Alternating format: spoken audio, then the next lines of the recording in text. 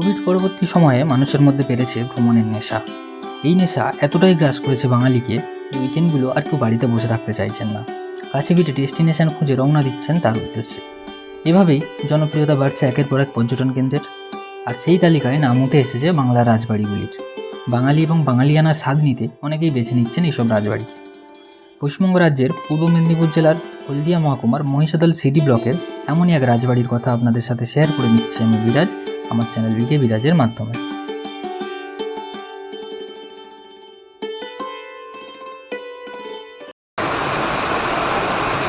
ঘড়িতে এখন বাজে ভোর 4:15 আর আমি চলে এসেছি বাঘাইতুন রেল স্টেশনের 1 নম্বর প্ল্যাটফর্মে। যাব এখান দিয়ে শিয়ালদা 4:19-এ ডায়মন্ড হারবার শিয়ালদা লোকাল আছে। অনেকটা সময় অপেক্ষা করিয়ে নির্দিষ্ট সময় থেকে 25 মিনিট দেরিতে চলে এসেছে আমার শিয়ালদা যাওয়ার ট্রেন।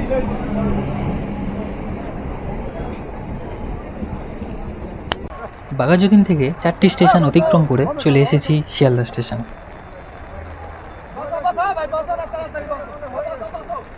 প্ল্যাটফর্ম থেকে বেরিয়ে ট্যাক্সিতে চেপে সোজা রওনা দিলাম হাওড়ার উদ্দেশ্যে। মনে মনে একটা হালকা টেনশন কাজ করছিল যে হাওড়া স্টেশন থেকে 5:45-এর হাওড়া হলদিয়া লোকালটা ধরতে পারবো।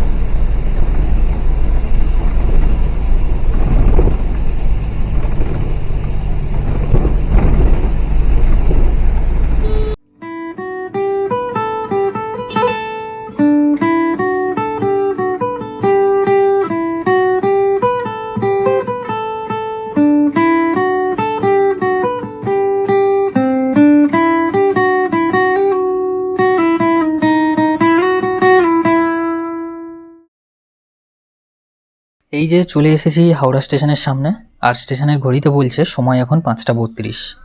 মেঘলা আকাশ, তার সাথে ঝিরঝির বৃষ্টি। কিছুক্ষণ থেমে গিয়ে উপভোগ করে নিলাম। ওহ, কি বলবো, সিনারিটা পুরো জমে ক্ষীর।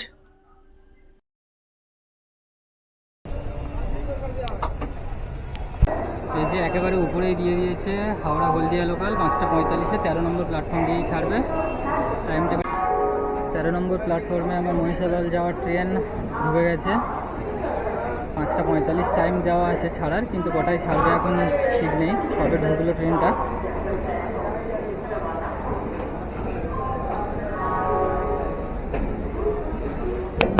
আমাদের মহিষাদল যাওয়ার গাড়ি হাওড়া হলদিয়া লোকাল ঠিক 6টা বেজে রওনা দিল হাওড়া স্টেশন থেকে।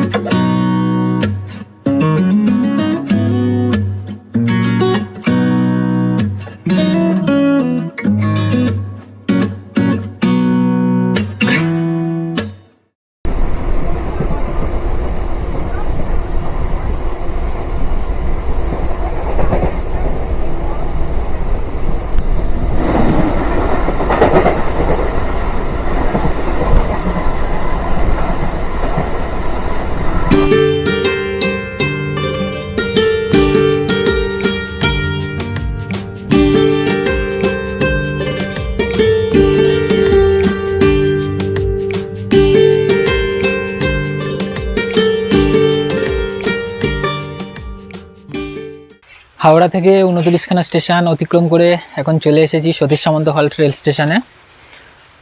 আর আমার সময় লেগেছে ট্রেন জার্নিতে 3 ঘন্টা 5 মিনিটের মতন, কেননা হাওড়া দিয়ে ট্রেনে উঠেছিলাম 6টার সময়, আর এখানে এসে নেমেছি এখন বাজে 9:05। এই যে সতীশ সামন্ত হল্ট রেল স্টেশন, আর এই দিকেই হচ্ছে হলদিয়া, আর এর অপোজিট সাইডে পড়বে হাওড়া।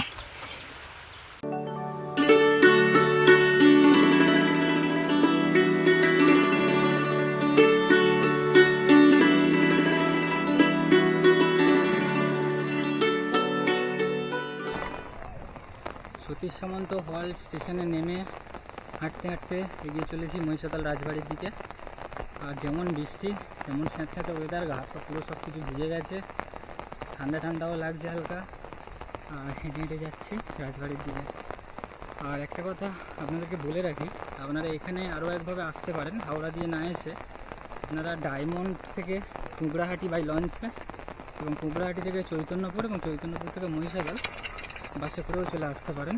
সেক্ষেত্রে আপনাদের আর হাওড়াতে এসে এই দিক দিয়ে ঘুরে যেতে হবে না, যারা সাউথের লোক অর্থাৎ নামখানা, বকখালি বা কাকদ্বীপ এরিয়ার মানুষজন, ওরা হাওড়া দিয়ে অ্যাভয়েড করতে পারেন। তারা এই হলো মহিষাদল রাজ কলেজ, আর এই কলেজের বাম পাশের রাস্তা দিয়ে আমি এগিয়ে চলেছি আমার গন্তব্যের দিকে। 3টি প্রাসাদ নিয়ে তৈরি এই রাজবাড়ি। প্রথম প্রাসাদের নাম রঙ্গিবসান, দ্বিতীয়টার নাম লালকুঠি এবং তৃতীয়টা ফুলবাগ। তবে ফুলবাগ প্যালেসেই একমাত্র প্রবেশের অনুমতি আছে দর্শকদের। প্রথমে আমি চলে এসেছি ফুলবাগ প্যালেসে, যেটি মহিষাদল রাজবাড়ি নামে সুপরিচিত। এই গেট দিয়ে আপনারা প্রবেশ করবেন রাজবাড়ির মূল এরিয়ার মধ্যে।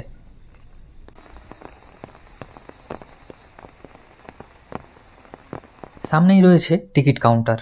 রাজবাড়িতে প্রবেশের জন্য টিকিট কেটে নিলাম। টিকিট মূল্য প্রতিজন পিছু 20 টাকা। সময়কালটা 16 শতাব্দীর। তখন বাংলায় মুঘল রাজ। আকবরের সেনাবাহিনীতে উচ্চপদে আসীন ছিলেন জনার্দন উপাধ্যায়। তিনি উত্তরপ্রদেশের বাসিন্দা, ব্রাহ্মণ ব্যবসায়ী। কর্মসূত্রে নদীপথে এসেছিলেন মহিষাদলের কাছে গেঁওখালিতে। নদীমাতৃক বাংলার শোভায় মুগ্ধ হয়ে এখানে বসবাসের ইচ্ছা জেগে যায়। তৎকালীন রাজা কল্যাণ রায়ের থেকে নিলামে কিনে নেন মহিষাদলের রাজত্ব। পরে বংশ পরম্পরায় রাজবাড়িটির আয়তন আরও বাড়তে থাকে। বর্তমানে এই রাজবাড়ির মালিকানা রয়েছে গর্গ পরিবারের হাতে।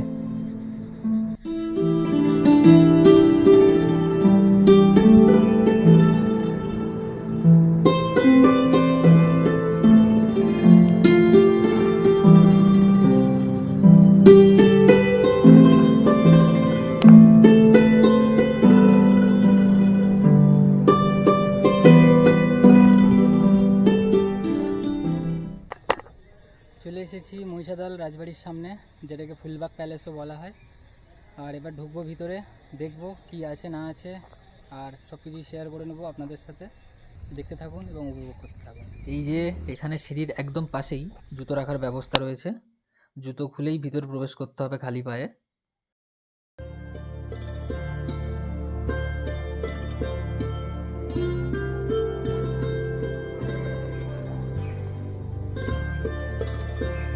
ভিতরে প্রবেশ করেই চলে এলাম একদম বাম দিকের ঘরে, যেখানে রাখা ছিল রাজপরিবারের সদস্যদের ব্যবহৃত বিভিন্ন টুপি এবং বইপত্র সামগ্রী।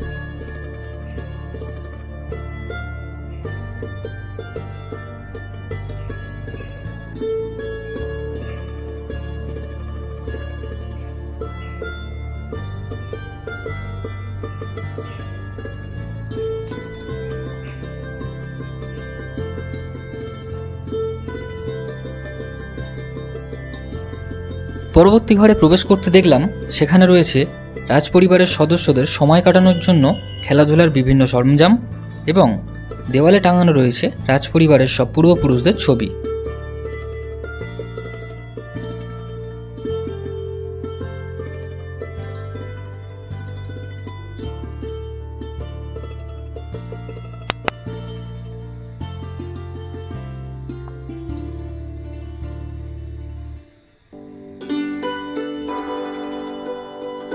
রয়েছে অনেক ঐতিহ্যের সুপরিচিত পালকি, যা তখনকার সময়ের এক সুন্দর পরিবহন মাধ্যম। ভিতরের একদম ডান পাশের ঘরে রয়েছে রাজরাজাদের শয়নকক্ষে ব্যবহৃত বিছানা এবং অন্যান্য আসবাবপত্র। এছাড়া রয়েছে কয়েকটি সংগ্রহশালা, যেখানে অবশ্য ভিডিওগ্রাফির অনুমতি নেই। সেখানে রয়েছে রাজপরিবারের সদস্যদের ব্যবহৃত অন্যান্য সমস্ত সামগ্রী, যেমন বড় আয়না, ফুলদানি, গ্রামাফোন, সোফা এবং রয়েছে শিকারে ব্যবহৃত অন্যান্য বিভিন্ন অস্ত্রশস্ত্রের সম্ভার।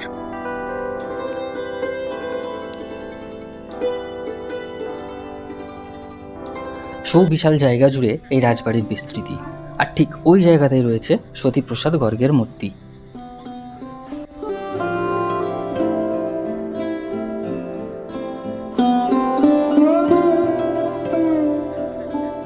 এই যে শ্রী সতীপ্রসাদ গর্গের মূর্তি, ইনিই হলেন এই ফুলবাগ প্যালেসের প্রতিষ্ঠাতা।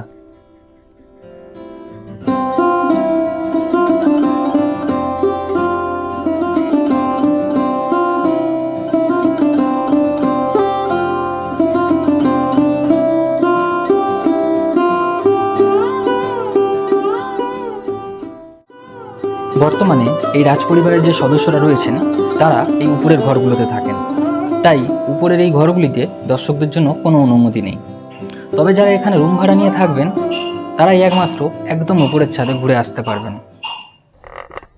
এই ফুলবাগ প্যালেসের মধ্যেই আপনারা রাত্রি যাপন করতে পারেন, তার জন্য বন্দোবস্ত রয়েছে প্যাকেজ সিস্টেম। সেক্ষেত্রে আপনাদের থাকতে হলে আগে বুকিং করেই আসতে হবে এখানে, এবং প্রতি রাত পিছু রুমের ভাড়া পড়তে পারে 3,000 টাকা থেকে শুরু, 3,000, 4,000, 8,000 হতে পারে। আর একটা প্যাকেজ আছে যেটা 2,000 টাকাও নিতে পারেন আপনারা। প্যাকেজটাতে হচ্ছে শুধুমাত্র যারা ডে ট্রিপে আসবেন তাদের জন্যই প্রেফার।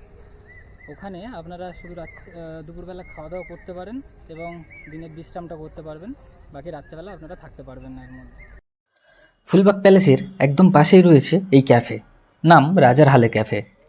এখানে এসে আপনারা বিভিন্ন সুস্বাদু খাবারের স্বাদ নিতে পারেন। ফুলবাগ প্যালেস ঘুরে এখন বেরিয়ে পড়েছি, যাব দ্বিতীয় গন্তব্য রঙ্গিবসান রাজবাড়ি, যেটা পুরনো রাজবাড়ি ছিল। আর এখান থেকে দূরত্ব খুব বেশি না, হেঁটে 2 মিনিটের মতনই লাগবে। তো চলো এখন ওদিকে যাই, ওটাও দেখবো। চলে এসেছি রঙ্গিবসান রাজবাড়ির একদম সামনে। এই হলো রঙ্গিবসান রাজবাড়ির মূল প্রবেশদ্বার, পুরো ভেঙে একাকার হয়ে গেছে।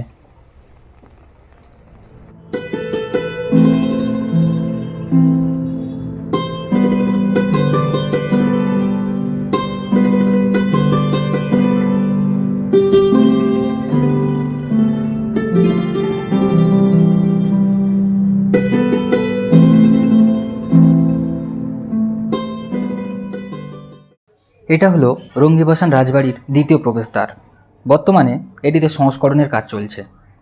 আর উপরের এই ঘরগুলি তখনকার দিনে রক্ষীদের বিশ্রামাগার হিসাবে ব্যবহার হতো।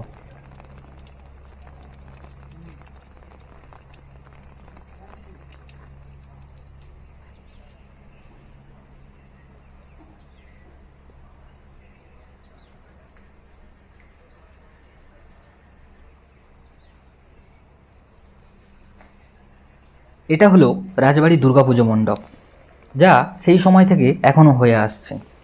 তবে যেটুকু জানতে পারলাম, রথের পরের দিন থেকে প্রতিমা তৈরির প্রস্তুতি শুরু হয়ে যায় এখানে। এটাই হলো সেই রঙ্গিবসান রাজবাড়ি, যেটাকে আসলে পুরনো রাজবাড়ি বলা হয়। তবে বর্তমান অবস্থা একদম জরাজীর্ণ।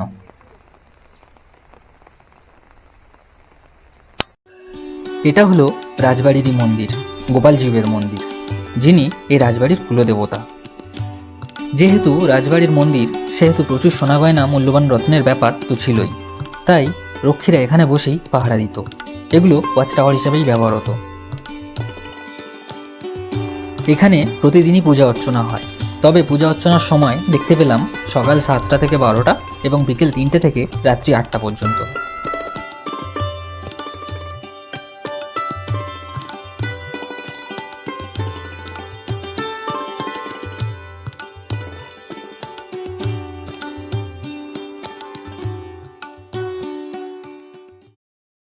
বলা হয় যে মহিষাদল রাজবাড়ির যে প্রতিষ্ঠাতা, তার পঞ্চম পুরুষ ছিলেন আনন্দলাল উপাধ্যায় এবং তার স্ত্রী জানকী দেবী। জানকী দেবী এই গোপালজিউকে এক মাঠের মধ্য থেকে খুঁজে পান স্বপ্নাদেশে পেয়ে। তারপরেই উনি এই মূর্তিকে এই মন্দিরে প্রতিষ্ঠা করেন এবং তারপরেই তিনি পরিকল্পনা করেন রথযাত্রার। এখানে রথে কিন্তু সুভদ্রা, বলরাম ওঠেন না, গোপালজিউ এবং জগন্নাথদেব রথে চড়েন।